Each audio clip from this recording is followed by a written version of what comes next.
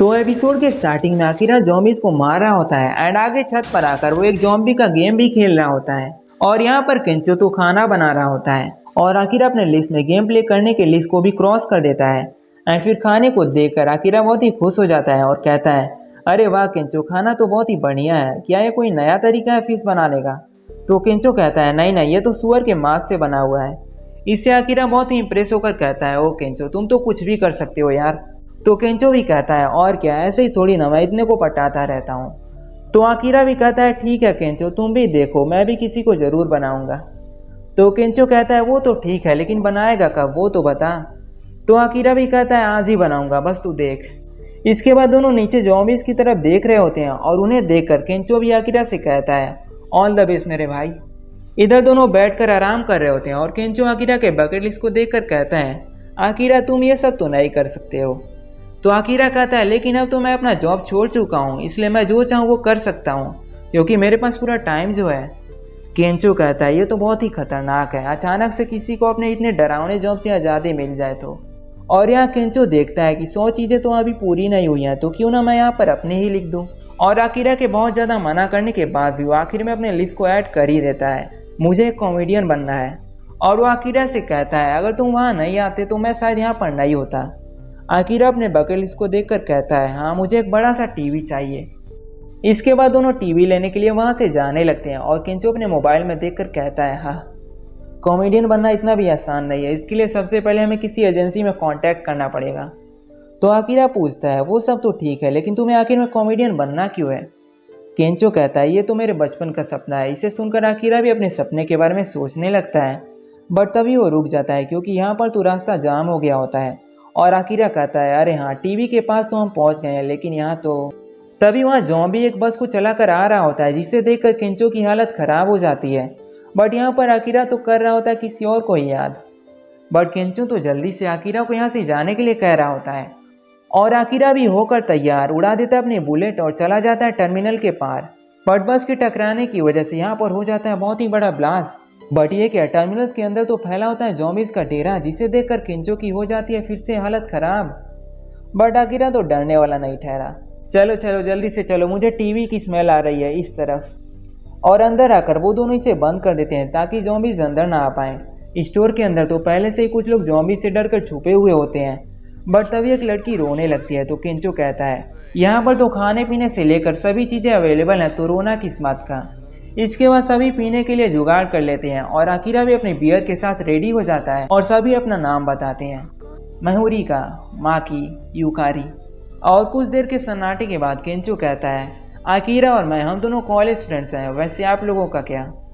ये तीनों बताती हैं कि ये तीनों एयर होस्टेस। ये सुनकर तो इन्हें यकीन नहीं होता है क्योंकि आकिरा के बकेट लिस्ट में एक एयर होस्टेस को अपनी जीएफ बनाने का जिक्र भी होता है।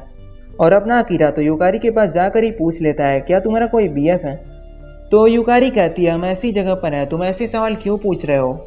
जिससे आकिरा तो पूरी तरह से डिप्रेशन में चला जाता है, लगता है मैंने सब बिगाड़ दिया, क्यों ना मैं केंचो की एडवाइस लूँ। बट ये क्या, केंचो तो माकी के साथ अपने ही रोले लगा रहा होता है, जिसे देखकर आकिरा दुखी हो जाता है। मैंने तो आज केंचो के सामने एक प्रण लिया था, अब मैं क्या करूं? चाहे जो भी हो जाए, मैं इस दिन को वेस्ट नहीं होने दूंगा, इससे बढ़िया तो मुझे ज़ॉम्बी ही खा ले। वैसे भी मैंने अपनी ज़िंदगी के 3 साल तो उस कबाड़ कंपनी में ही बर्बाद कर दिए थे, अब मैं 1 सेकेंड भी बर्बाद नहीं होने दूंगा। और ये कहकर आकिरा पूरी बॉटल को एक बार में ही गटका जाता है, जिसे देखकर केंचो भी अपने कपड़े उतार कर नाचने लगता है। और इतनी पीने के बाद तो आकिरा वॉशरूम में उल्टियाँ किए जा रहा होता है और तभी यूकारी आ जाती है और वो आकिरा का हाल चाल पूछती है। और दूसरी ओर केंचो भी माकी के साथ घूम रहा होता है। यहाँ तो बस रीका और ये आदमी अकेले बैठे होते हैं, बट इस आदमी के पैर को तो जॉम्बीज ने काट लिया होता है, जिसकी वजह से ये भी जॉम्बी बन जाता है। और रीका तो नशे में अपने कंपनी को भला बुरा कह रही होती है, बट तभी ये भी काट लेता है, जिससे ये भी जॉम्बी में बदल जाती है। दूसरी तरफ केंचो और माकी का तो कुछ और ही सीन चल रहा होता है, बट तभी रीका के चिल्लाने की आवाज़ सुनकर ये दोनों उठ जाते हैं।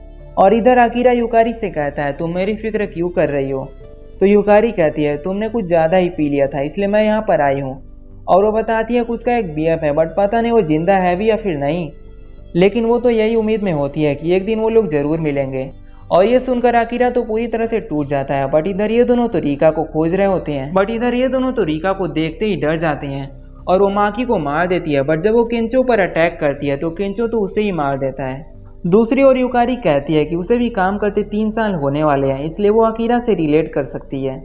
बट युकारी कहती है मुझे अपना काम बहुत ही पसंद है, लेकिन कुछ दिनों पहले मेरे मैनेजर ने तो मुझे डांट दिया था। तो अकीरा कहता है दूसरों की चिंता मत करो, अगर तुम्हें सही में वो जॉब पसंद है तो उसे करो वरना छोड़ दो। तभी इधर से वो पहले वाला ज़ॉम्बी युकारी पर अटैक कर देता है, बट अकीरा भी दिखा देता है अपनी पावर और मार के उस ज़ॉम्बी को एक जोरदार सा पंच फेंक देता है उसे रूम के बाहर। बट यहाँ तो उस ज़ॉम्बी ने युकारी को काट लिया होता है, तो वो अकीरा को वहाँ से जाने के लिए कह रही होती है क्योंकि वो जिंदा नहीं बच पाएगी। लेकिन अकीरा तो उसे छोड़कर जाने के लिए तैयार नहीं होता है। वो अकीरा को बताती है कि जब वो पहली बार फ्लाइट में गई थी तब उसकी तबीयत खराब हो गई थी और तभी एक एयर होस्टेस ने उसकी मदद की थी और तभी से उसका सपना एयर होस्टेस बनने का ही हो जाता है और इसलिए उसे अपना जॉब वाकई में बहुत ही पसंद है। तो अकीरा कहता है काश मेरे पास भी कोई ऐसा जॉब होता। बट तभी ये पहले वाला ज़ॉम्बी वहाँ पर आ जाता है और युकारी अकीरा को दूर से धक्का दे देती है और अकीरा रोते हुए वहाँ से चला जाता है। और रास्ते में केंचो ने अकीरा के लिए टीवी ले लिया होता है और इसके बाद ये दोनों वापस से अपनी छत पर चले आते हैं। केंचो अकीरा को माकी के बारे में सब कुछ बता देता है और अकीरा भी बड़े वाले टीवी पर गेम खेल रहा होता है और वो युकारी और केंचो के सपनों के बारे में सोच रहा होता है। तो अकीरा भी अपने सपने को सोचकर अपने कॉपी पर लिख देता है एंड यहीं पर ये एपिसोड एंड हो जाता है। एंड नेक्स्ट एपिसोड को आप यहाँ पर क्लिक करके देख सकते हो। एंड वीडियो अच्छा लगा हो तो लाइक करके चैनल को सब्सक्राइब करके बेल आइकन को भी ऑल पर सेलेक्ट कर लेना। मिलते हैं नेक्स्ट वीडियो में। Thanks for watching.